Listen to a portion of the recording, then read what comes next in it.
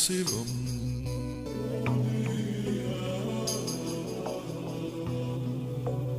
நீ நான் சிவம் ஆத்திகம் பேசும் அடியார்க்கெல்லாம் சிவமே அன்பாகும். நாத்திகம் பேசும் நல்லவருக்கு அன்பே சிவமாகும்.